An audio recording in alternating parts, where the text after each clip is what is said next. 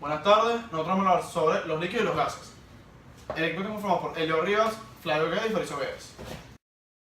Un gas es el estado de agregación de la materia que bajo ciertas condiciones de temperatura y presión permanece en estado gaseoso. Cabe destacar que las moléculas que constituyen un gas no son atraídas unas por otras debido a que se mueven a una gran velocidad y se encuentran muy separadas unas de otras. Una de esas es que pueden comprimirse hasta adquirir un pequeño volumen, es decir, pueden aumentar su densidad con solo aumentar la presión aplicada. También pueden expandirse ilimitadamente, es decir, de forma que pueden ocupar completamente y uniformemente el volumen de un recipiente que lo contiene. También se consideran que pueden adoptar el volumen del recipiente que lo contiene, pero también se puede decir que son compresibles, o sea, como es el estado como más compresible de los tres estados de la materia. Y por último tenemos que cuentan con densidades mucho menores que la de los sólidos y la de los líquidos. Y por último tenemos las variables que afectan a un gas, que son la presión, la temperatura y el volumen. La presión no es más que la fuerza ejercida sobre la unidad de superficie. Luego tenemos la temperatura, que la temperatura de un gas depende de la velocidad del movimiento de las moléculas que forman parte de la masa gaseosa que se está estudiando. Y por último el volumen, que es el espacio en el cual las moléculas se desplazan de forma arbitraria y con tendencia a su expansión.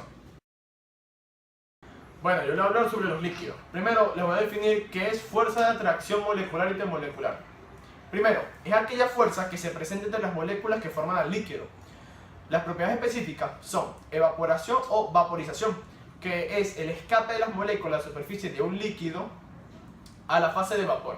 Están las características que, a menor fuerza de atracción intermolecular, mayor es la evaporación del líquido. La evaporación se ejecuta a cualquier temperatura. Otra, al aumentar la temperatura disminuye la fuerza de atracción intermoleculares y en consecuencia incrementa la evaporación del líquido.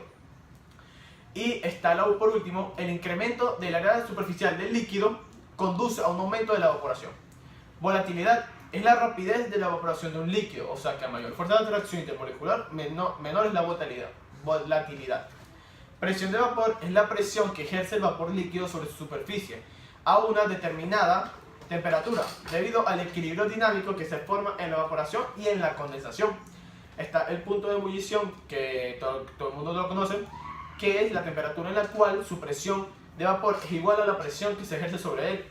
En este momento el líquido hierve. La temperatura crítica es la temperatura más alta a la cual la sustancia puede llegar.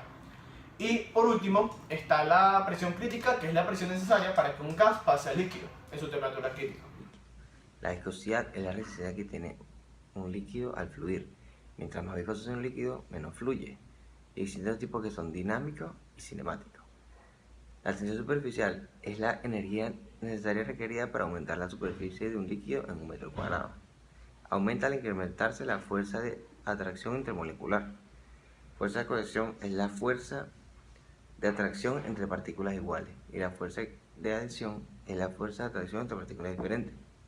El menisco es la curva de un líquido al encontrarse entre un recipiente. Se da debido a la fuerza de adhesión y de cohesión.